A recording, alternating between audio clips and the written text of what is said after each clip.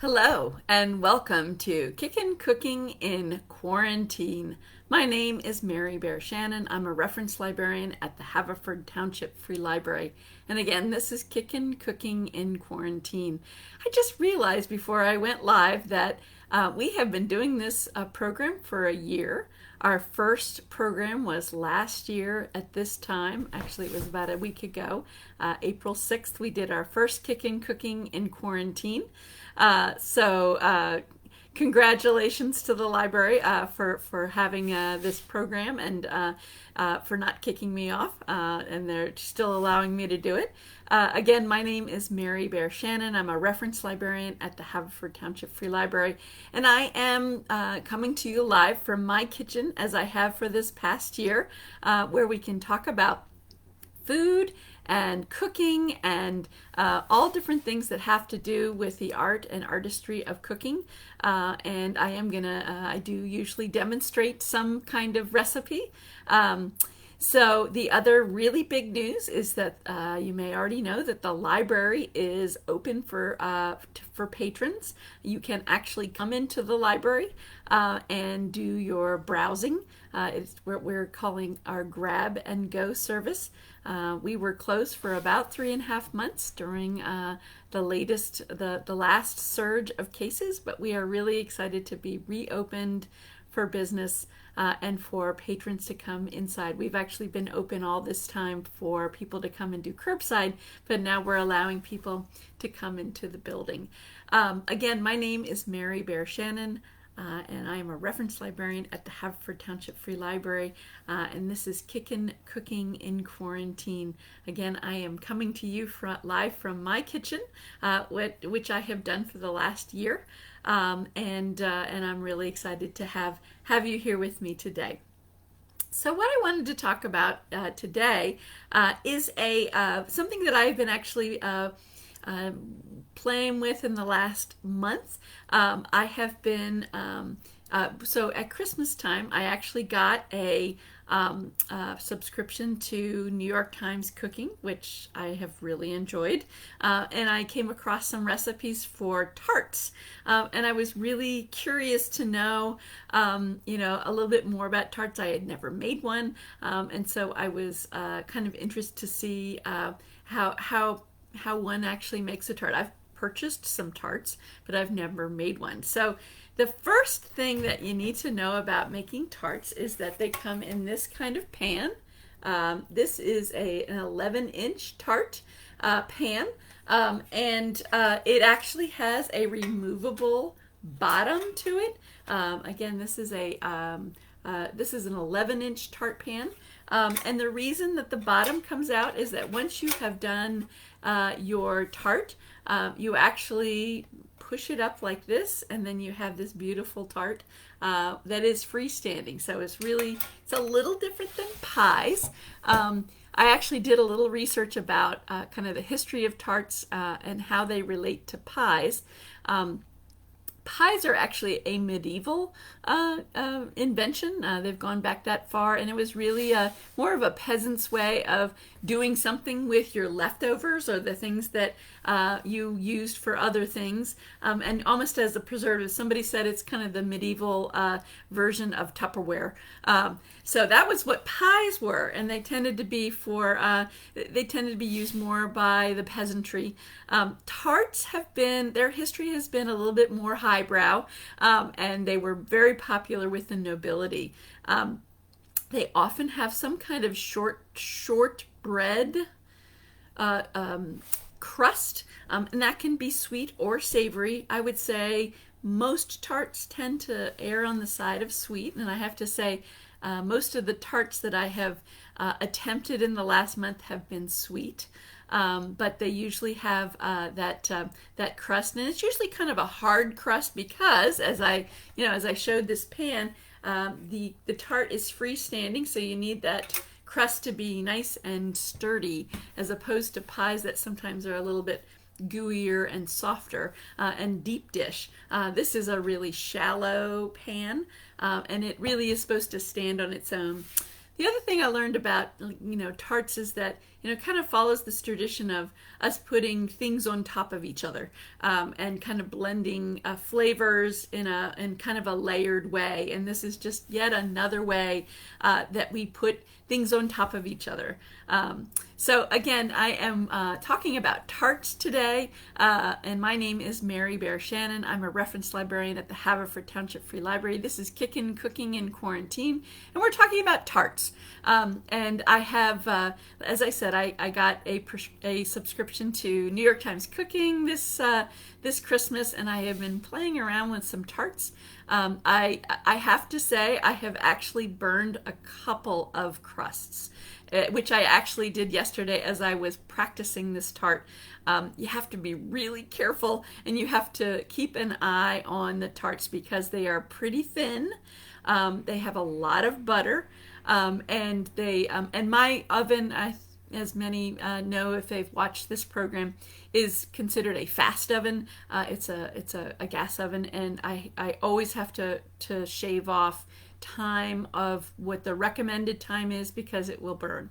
And as I said, I've burned a couple of tart crusts already. So, excuse me. Anyway, so I wanted to tell you a little bit about this tart that I'm gonna do today. It's an easy strawberry tart, and easy because you only cook it once.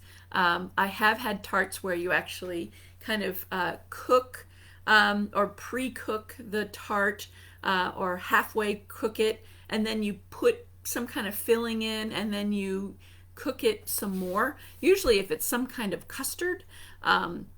We're not going to do that today. Our filling is actually not needing to be cooked. But there is something I wanted to mention. I'm not actually going to demonstrate it today because this tart does not require it. But it's something called blind baking. And if you have ever seen somebody put, like if you're cooking a crust and they put either foil or parchment paper, and then they put like beans, or sometimes they call them pie weights, and they cook it, I guess they're cooking it blind, to really get it kind of part of the way cooked before you put whatever filling you're going to put in the tart or the pie. And I found that foil doesn't seem to work as well as parchment paper. I actually had my tart kind of sticking to the foil, so parchment paper seemed to work better. The other thing I'm going to show you today is you always want to prick your crust so that it doesn't puff up. You do, and I think that's what some of the blind baking is about, and having the beans on top is to keep the pastry or the crust from kind of puffing up, because you do want that flat. So anyway, so we are going to head over to my kitchen, and I'm going to show you how to make this easy strawberry tart. It is from the food blog Delish. And there are some caveats that I want to mention before you actually attempt this in your kitchen. So here we go. And we're headed over. Again, as I said, this has been a whole year since we started Kickin' Cooking in Quarantine. So happy birthday to us.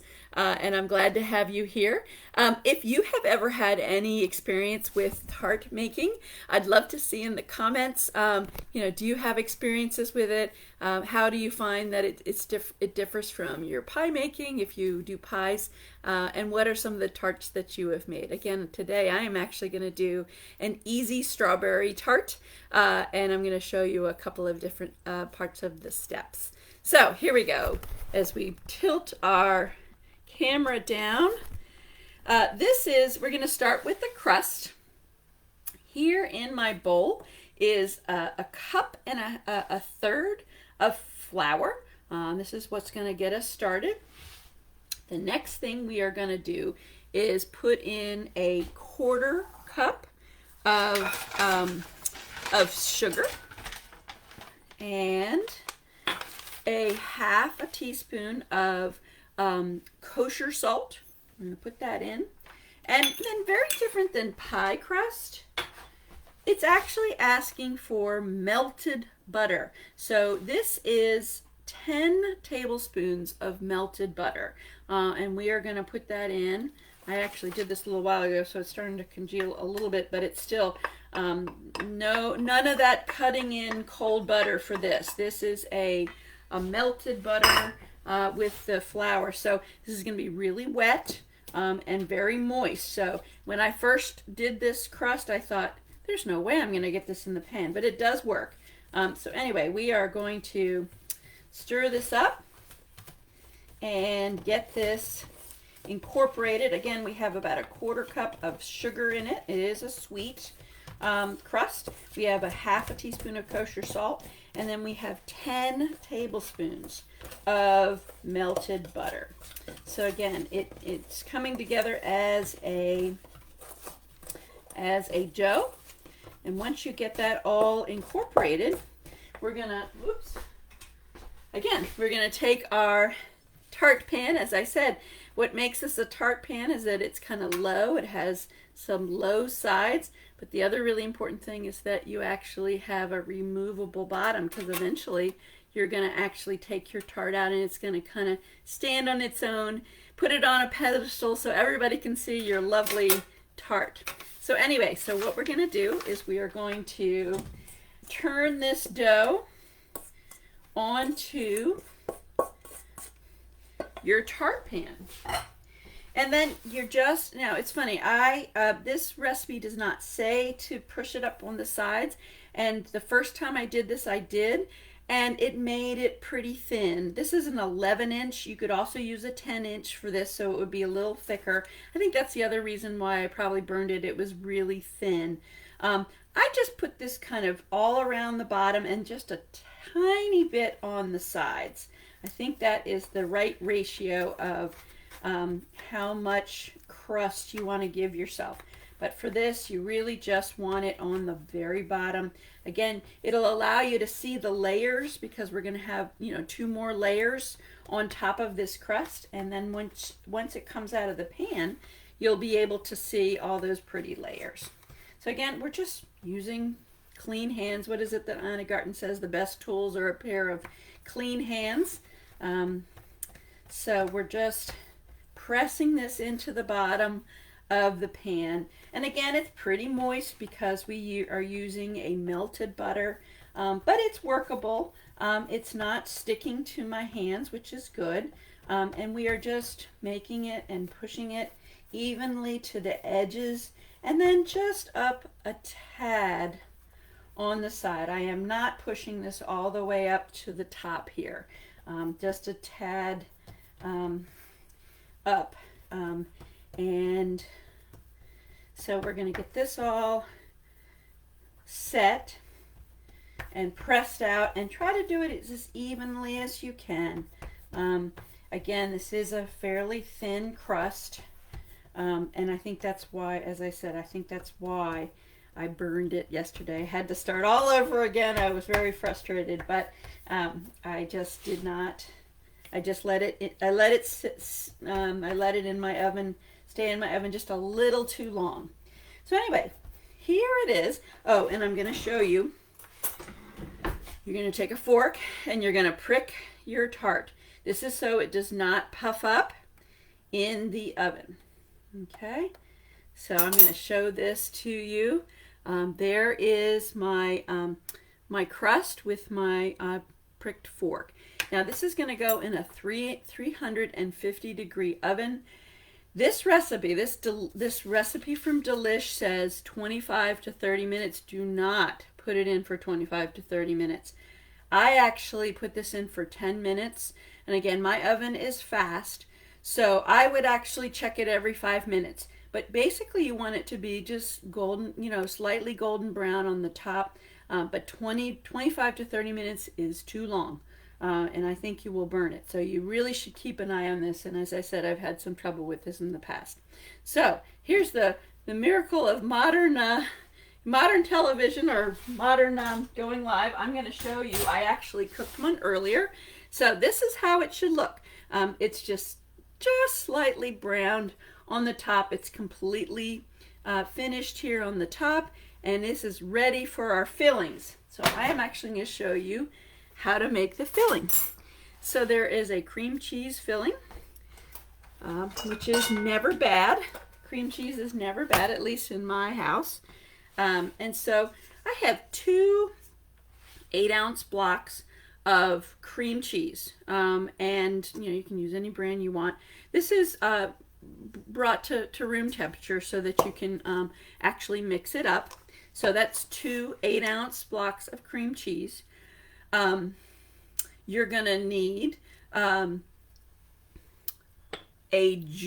juice of 1 lemon, and before you actually juice the lemon, you want to actually zest the entire lemon.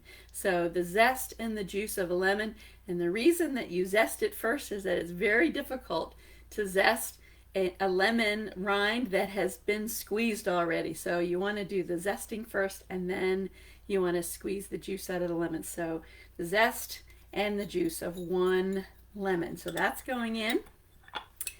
And 1 cup, a half cup of sugar, which is regular sugar, and a teaspoon of pure vanilla extract. So I mean, I would prefer, definitely you want the pure vanilla and not the imitation. I think it will taste better. Okay, so we are going to get us another spoon here, and we are going. You could do this by hand if you were really strong. I'm just going to use my hand mixer here. This shouldn't take me too long to get this incorporated. So here we go, and we're going to beat this up and get it all mixed together. Shouldn't take too long because the cream cheese is at room temperature. Again, this is 2 blocks of cream cheese, 8 ounces each, the juice and the zest of 1 lemon, half a cup of sugar, and 1 teaspoon of pure vanilla extract. And see, this really easily came together.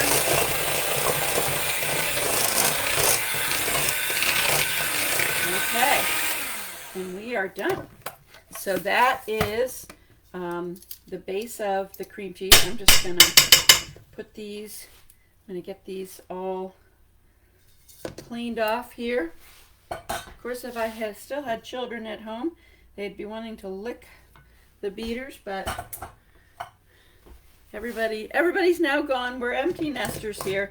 We had them all here for COVID, and now they've all decided to get on with their lives. So the next thing that you're going to want to do with this is I have beaten half a cup of heavy whipping cream. There's nothing in here, just the cream. It takes about 7 minutes till it gets really stiff. And then you're going to want to be really gentle with this. You're just going to want to fold this in. You don't want, because you don't want to lose the volume of the creaminess and the fluffiness of the whipping cream. So you're just going to kind of fold this in. It's just going to give it some lightness to your filling. And again, just gently fold this in. And then we are going to get it in our tart pan. You want to let the tart cool before you start putting the filling in. It shouldn't take you too long, maybe a half hour for it to cool down once it comes out of the oven. Again, mine was done a little while ago, so it is completely cooled. But I think if you put this cream cheese mixture in when it was hot, I think it would not, I don't think it would come together very well. I think it really needs to be on a cooled crust. Okay, so this is, I'm going to do just one last little turn here. And as you see, there's a bit of more lightness to this. This is a little bit fluffier than it was if you just used cream cheese. So here we go. Here's our tart. And we are going to dump this into the middle And then we are going to spread this out evenly all over our tart. And again, this is what they say by food on top of food. That's basically what humans have been doing for a long time. Tarts are just one of the things that we do where we put things on top of other things. Of course, there's pizza, there's pie, there's toast. You know, we put things on top of things. This tart is one of those. Tarts are one of those examples. So anyway, we are going to spread this out, bring it to the sides, and just spread it out evenly. You can actually see the lemon zest in it, which just, I think it really brings out a nice flavor to the filling. Of course, you have the sugar. That's always good. And then the vanilla as well. And I think it feels a lot lighter than I think if it was just cream cheese having the whipped cream in there. Again, you want to beat that about 7 minutes before you fold it into this mixture until it has, soft, it's really stiff. Okay, so it kind of holds up to this. So that is the cream cheese. Now, the next layer is the strawberries. Now, it's not really strawberry season, but it's starting to be strawberry season in other places. And, I find in the wintertime strawberries are like, well, they look like strawberries, but they really don't taste like strawberries. These are actually pretty good, and I'm not exactly sure where they came from, but they do have a good strawberry flavor. I can only imagine how good this would be from strawberries you would like pick at Linvilla. I think that would just be, as Anna Garten would say, it would be fabulous. So anyway, so we have, this is about 1.5 pounds of strawberries. I have sliced these, I've rinsed them and sliced them, so we're gonna make a pretty on our tart. So starting from the outside, again, you just have a slice here. You're just going to start it like this, and you're gonna have the pointy part in, and you're just going to go, starting on the outside, you're going to take your sliced strawberries and just put them with the kind of the bottom part of the triangle. It's not really a triangle, but the pointy part towards the center. And then we are just going to work our way around this tart until we get to the center. And again, it takes about 1.5 pounds of sliced strawberries. And this is turned out, if you saw the one I made last night, I actually put it on earlier today. It does turn out very beautiful, and you can wow your friends when they come over. Eventually when we actually have company again and we have people over, you can make this and you can say, yeah, this was really not that hard, which is good. Okay, so now we're on the second layer. We're just going to take this and we're going to kind of do it in the off of the where that is. So see where you're kind of doing it off centered from the last layer, and you're kind of stacking it a little bit. So you're kind of going around, continuing to layer these strawberries. Again, I just, I see strawberries in the grocery store all year round, and I know they come from other places, but I know they have to pick them so early so that they don't spoil. And often they just don't, they look like strawberries, but they don't really taste like strawberries. These actually must have been closer by because they actually taste pretty good. Okay, so again, we're just going around in a circle here with the points in. And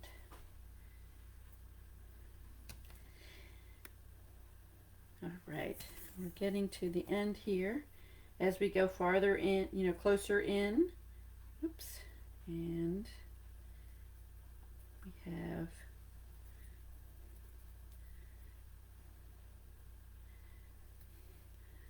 so I'm just going to look here too while I'm doing this and see, people are commenting. And I would love to see, I haven't scrolled down enough if anybody else has ever attempted a tart. But it kind of intimidated me, I have to say, when I first saw it. But it's really not, it's easier than you think. Okay, so we are getting to the end here. And then we have one last step. I mean, this is beautiful in itself, but then there's one last step we're going to do to finish this tart. And then it's going to go into the refrigerator for a couple of hours to set up. So, okay, so already still gorgeous, our strawberry tart. The last thing they tell you to do is to take 3 tablespoons of strawberry preserves, mix 3 tablespoons, and then 2 teaspoons of water, and then you just stick it in the microwave. I did this a little while ago, and I feel like I need to do this. I need to zap it about 10 seconds.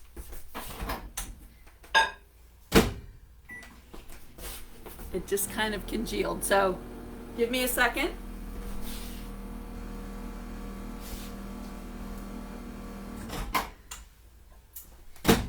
Just so that it'll be, so again, this just kind of made it a little bit syrupier.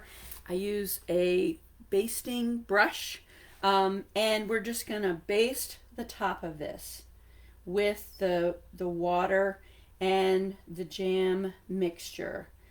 And it just kind of gives you this nice little glaze over the top. Oops, you have to be careful that you don't take your strawberries with you. And again, if I had a little bit more time, I would have, I mean, you don't want it to be piping hot. You just want it to be spreadable on your tart. And it just gives you that additional topping of strawberryness on the top. And just that little added sweetness. Again, if you have strawberries that are from somewhere else and maybe don't taste super strawberry, this will add to that strawberry flavor. But it just gives you a nice little glaze on the top. I'm always amazed when I go in and I see these tarts with this, this beautiful presentation, and I think, gosh, that's got to be hard. And then, of course, I spend $1 million because it's so beautiful and I can't pass it up. And you know what? You can probably make it yourself. We just get a little intimidated when, in fact, it's really not that hard. Okay, so we have done the final, and here it is. This is the strawberry tart, easy strawberry tart from Delish. I am going to put the recipe on the page along with, of course, we have the final product. And I am going to stick this in the refrigerator for about 2 hours to let it set up. And then when you're done and it's all set up, you're actually going to push up again on that bottom part and put it on a pretty like pie pedestal. I have one too. I'll actually pull that out too. And I'll show you how it finally presents, and I'll post a picture. I was just going to see if anybody else, I hadn't seen all these, but people were just saying it looks good. I guess nobody had actually tried a tart, making a tart, so don't be afraid of it. This is really not that hard. Some of the other ones I made a maple custard tart with an oatmeal cookie crust. And it was really good. That was from the New York Times cookbook, Cooking, and it really wasn't that hard at all. I've made a raspberry tart. Of course, raspberries are very expensive, so I spent like $12 on the raspberries, but that was good as well. Again, the center can be either cooked or not cooked. You can try savory tarts too, but don't be intimidated by it. It's really not that hard. So anyway, thank you for joining me for Kickin' Cooking in Quarantine. Again, we've been doing this for a year, so I'm really excited about that. We are now doing this on the second Monday of every month. So join us next month for Kickin' Cooking in Quarantine at 5 o'clock. Have a great day.